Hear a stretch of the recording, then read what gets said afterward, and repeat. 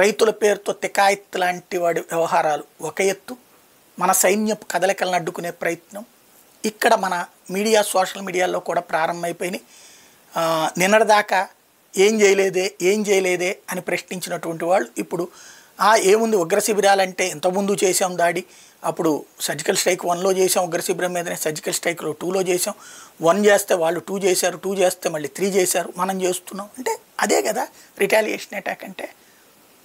అంటే వాడొచ్చి మన దేశంలో సాధారణ పౌరులను లేకపోతే సైన్యం మీదనో చేస్తే వాడు చేస్తున్నటువంటిది ఉగ్రవాద చర్య. పాకిస్తాన్ సైన్యం ధైర్యంగా చేయట్లేదు, కానీ మనం ఏం చేస్తున్నాం, సరిహద్దు దాటెళ్ళి వాడిని లేపొస్తున్నాం.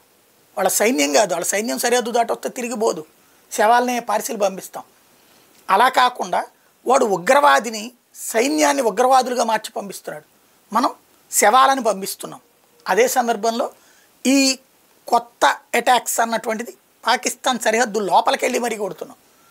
పాకిస్తాన్ సరిహద్దు లోపలికెళ్ళి అప్పట్లో లాహోర్ దగ్గరకు కరాచీ దగ్గరకు వెళ్ళింది 65లో యుద్ధాలు, 71లో యుద్ధాలు ఇట్లాంటప్పుడు మాత్రమే. బట్ ఇప్పుడు అట్లా కాదు, సరదాగా వెళ్ళొచ్చేస్తున్నాం మనం. కాబట్టి ఈ సన్నాసుల విషయంలో అప్రమత్తంగా ఉండాల్సినటువంటి బాధ్యత మనదే.